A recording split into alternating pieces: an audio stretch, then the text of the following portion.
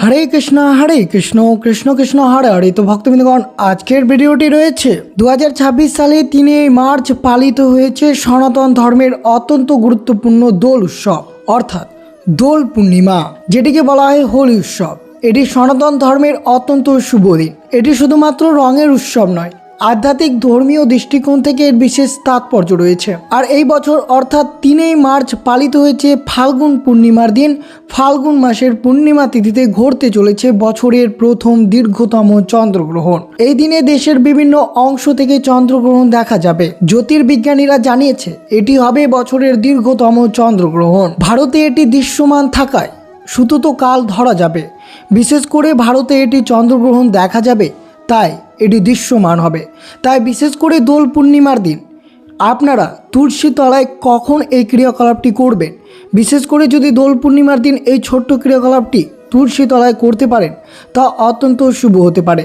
কিন্তু বিশেষ করে মনে রাখতে হবে, যদি আপনারা দোলের দিন এই 9টি কাজ করতে পারেন তাহলে জীবনে আসবে রঙের পরশ, সুখ সমৃদ্ধিতে ভরবে ভাগ্য, পদে পদে মিলবে আপনার ভাগ্য। তাই বিশেষ করে আপনারা চলিত বছর 2026 সালের 3 মার্চ হোলিকা দহনের দিন বছরের প্রথম চন্দ্রগ্রহণ ঘটতে চলেছে। কেবল বছরের প্রথম গ্রহণ নয়, বরং দীর্ঘতম চন্দ্রগ্রহণ হতে চলেছে 3 মার্চ মঙ্গলবার, যেটি দোল পূর্ণিমার দিন অনুষ্ঠিত হবে। তাই বিশেষ করে আপনারা দোল পূর্ণিমার দিন তুলসী তলায় কী কী কাজ করবেন আর কখন চন্দ্রগ্রহণ শুরু হবে এবং তা কখন শেষ হবে সব কিছু আপনাদের সাথে বিস্তারিতভাবে আলোচনা করা হবে। তাই ভিডিওটি অবশ্যই শুরু থেকে শেষ পর্যন্ত ভক্তি সহকারে শ্রবণ করবেন। আর চ্যানেলে নতুন হয়ে থাকলে দয়া করে চ্যানেলটিকে সাবস্ক্রাইব করবেন, লাইক করবেন, কমেন্টে ভক্তি ভালোবাসা শ্রদ্ধা দিয়ে জয় শ্রীকৃষ্ণের জয় লিখে দিতে ভুলবেন না। এই শুভ দিনটিতে অবশ্যই ভিডিওটি আপনারা শুরু থেকে শেষ পর্যন্ত ভক্তি সহকারে শ্রবণ করুন। 2026 সালে 3 মার্চ মঙ্গলবার পালিত হয়েছে দোল পূর্ণিমা। প্রতি বছর ফাল্গুনী পূর্ণিমা তিথিতে দোল পালিত হয়। এই কারণে এই দিনটি দোল পূর্ণিমা নামে পরিচিত। হোলি হলো অশুভ শক্তিকে বিনাশ করে শুভ শক্তির আহ্বানের উৎসব।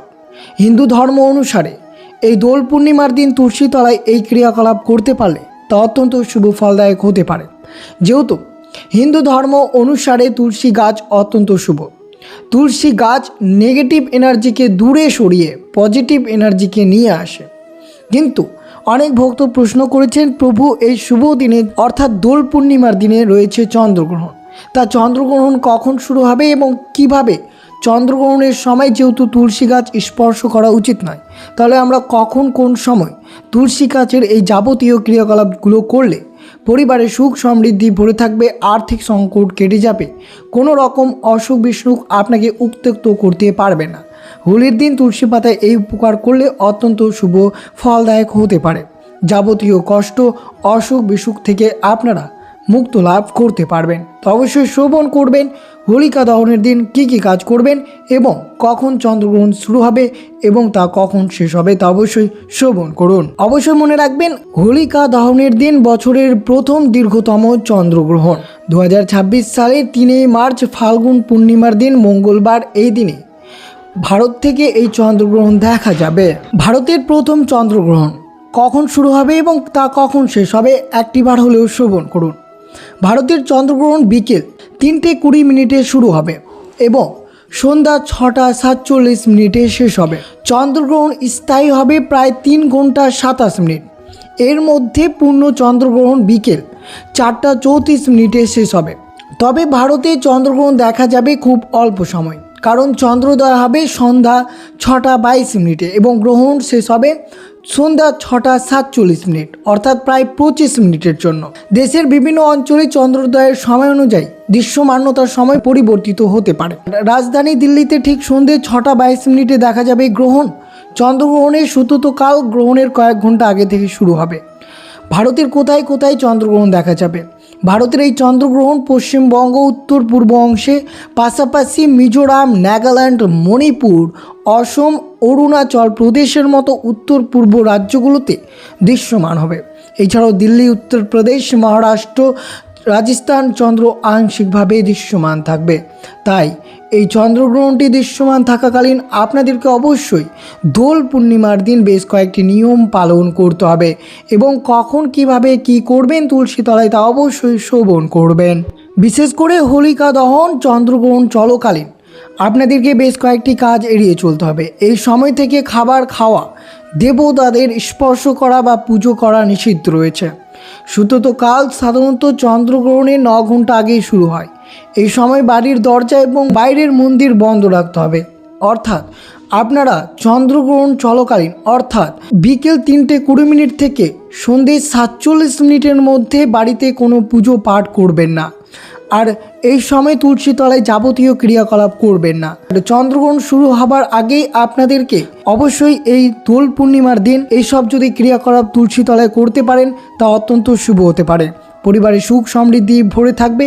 বিশেষ করে পরিবারে কখনো কোনো রকমের সমস্যার সম্মুখীন হতে হবে না। তাই বিশেষ করে কখন কি করবেন, এই হোলিকা অর্থাৎ দোল পূর্ণিমার দিন তুলসী তলায় কী কী কাজ করবেন তা অবশ্যই একটিবার হলেও শ্রবণ করবেন। বলা হয়েছে বাঙালির রঙের উৎসব হলো দোল পূর্ণিমা। এই তিথিতে জন্মেছিলেন মহাপ্রভু শ্রী চৈতন্য। তাই দোল পূর্ণিমাকে গৌরী পূর্ণিমা বলা হয়। দোল পূর্ণিমা নিয়ে বহু পৌরাণিক ঘটনা রয়েছে। এই তিথিতে বৃন্দাবনে আবির নিয়ে শ্রীকৃষ্ণ রাধা এবং তার গোপিনীদের সঙ্গে হোলি খেলেছিলেন, আর সেই ঘটনা থেকে উৎপত্তি হয় দোল। আবার বলা হয় হোলির উৎপত্তি নাকি দেবলোক থেকে এসেছে। মহাদেব পার্বতী সহ গোটা কৈলাস আবির উদযাপনে মেতে এসেছিলেন। সেই যাই হোক, রঙের উৎসব সবার। দোলের দিন তুলসী তলায় এইসব ক্রিয়াকলাপ চন্দ্রগ্রহণের আগে করতে পারলে তা অত্যন্ত শুভ হতে পারে। বিশেষ করে আপনারা মনে রাখবেন বিকেল 3:20 আগে এইসব তুলসী সংক্রান্ত কাজ অবশ্যই করবেন। দেখবেন সারা বছর টাকার অভাব থাকবে না, খুশি হবে মা লক্ষ্মী। তো কী কী কাজ করবেন এই দোল পূর্ণিমার দিন? শাস্ত্রবিদদের মতেই দোল উৎসব সুখ এবং সত্যের প্রতীক। তাই এই দিনে যাদের বাড়িতে নেতিবাচক শক্তি থাকে তাদের দোলের দিন গঙ্গার জলে কিছু তুলসী পাতা রেখে সেই জল সারা ঘরে ছিটিয়ে দিতে হবে। এতে নেতিবাচকতার শক্তির প্রভাব কমবে, বাড়িতে পজিটিভ শক্তি বিরাজ করবে।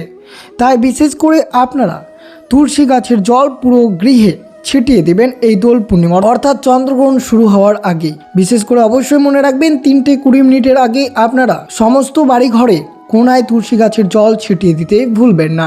দ্বিতীয়ত, লাল কাপড়ে মুড়ে দেবেন। এছাড়াও হোলির দিন অর্থ অভাব দূর করতে যজ্ঞ ও পুজোর পর 3টি তুলসী পাতা নিয়ে এই হোলিকা দহন বা দোল পূর্ণিমার লাল কাপড়ে মুড়ে বেঁধে রাখুন। এরপর বাড়িতে নিরাপদ জায়গায় রেখে দেবেন। এই ক্রিয়াকলাপটি যদি আপনারা দোল পূর্ণিমা এবং চন্দ্রগ্রহণের আগে করতে পারেন তাহলে অর্থ সংক্রান্ত সমস্যা দূরীভূত হবে, সংসারে উন্নতি আসবে। এই দোল পূর্ণিমার দিন অবশ্যই চন্দ্রগ্রহণের আগে তুলসী গাছ লাগাতে পারেন। দোলের দিন যদি আপনার বাড়িতে তুলসী গাছ না থেকে থাকে তাহলে অবশ্যই দোলের দিন বাড়িতে অবশ্যই তুলসী গাছ লাগান। তুলসী যে বাড়িতে আছে সেখানে সর্বদা নারায়ণ নিজে বাস করেন বলে বিশ্বাস রয়েছে। এমন পরিস্থিতিতে দোলের দিন বাড়ির আঙনায় একটি তুলসী গাছ লাগিয়ে তাকে প্রতিদিন পুজো করুন। এতে পরিবারের সৌভাগ্য ফিরে আসবে। অবশ্যই মনে রাখবেন এই দোল পূর্ণিমার দিন আপনারা চন্দ্রগ্রহণ রয়েছে তাই তুলসী পাতা ছিঁড়বেন না। এই দিনগুলোতে তুলসী গাছে জল ঢালবেন না, হাত লাগাবেন না।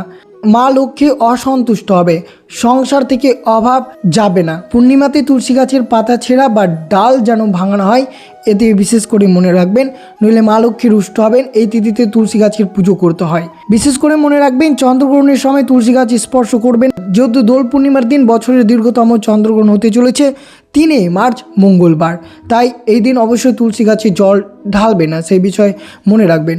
তুলসী পাতা নখ দিয়ে ছিলে জীবনে ও সংসারে অশুভ দেখা দিতে পারে।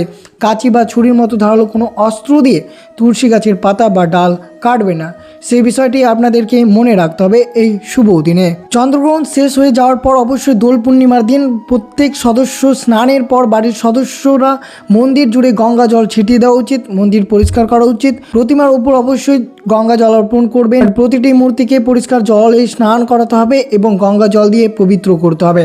এরপর দেবতাদের অবশ্যই পুজো আরাধনা করবেন, পুজো সম্পন্ন করবেন, নৈবেদ্য অর্পণ করবেন, আরতি এবং পুজো সম্পন্ন করবেন। এই দোল পূর্ণিমা অর্থাৎ চন্দ্রগ্রহণের পর অবশ্যই 1 চিমটি লবণ মিশ্রিত জল দিয়ে পুরো ঘর মুছে ফেলতে পারেন, তা অত্যন্ত শুভ হতে পারে। ঘরে শান্তি বজায় রাখতে পরিবেশ পবিত্র করতে হবে। ঘি ও ধূপের ধুয়ো ভিজানো ধূপ জ্বালাতে হবে এই দোল পূর্ণিমা অর্থাৎ চন্দ্রগ্রহণের পর। অবশ্যই ভগবান বিষ্ণুর যখন পুজো করবেন তা অবশ্যই নৈবেদ্যে তুলসীপত্র অর্পণ করবেন, মা লক্ষ্মীর পুজো করবেন। নাড়ুগোপালকে অবশ্যই তুলসী পাতা এবং গোলাপ জল জল দিয়ে অভিষেক করবেন, তুলসীর পাতার প্রসাদ নিবেদন করবেন এই শুভ দিনে। তুলসী পাতা দান করুন হোলির দিন। এই দিনে গঙ্গা জলে তুলসী পাতা রেখে দেবী লক্ষ্মীকে নিবেদন করুন। তারপর এই পাতা গরিবকে দান করুন, এতে আর্থিক সমৃদ্ধি লাভ হবে। কিন্তু আপনাকে বিশেষ করে মনে রাখতে হবে চন্দ্রগ্রহণের আগেই এইসব ক্রিয়াকলাপ করতে হবে।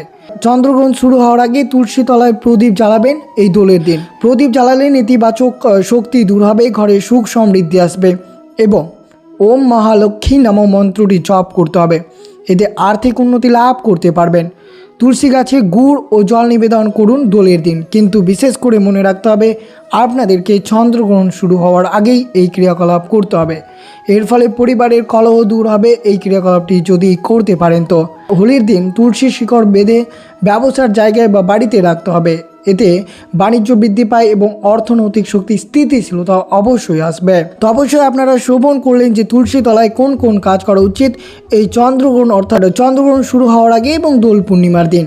যদি এইভাবে এই ক্রিয়াকলাপ যদি করতে পারেন তাহলে পরিবারের সুখ সমৃদ্ধি ভরে থাকবে, পরিবারে কখনো আর্থিক সমস্যা দেখা দেবে না, বিভিন্ন সমস্যার সম্মুখীন থেকে আপনারা দূরীভূত হতে পারেন।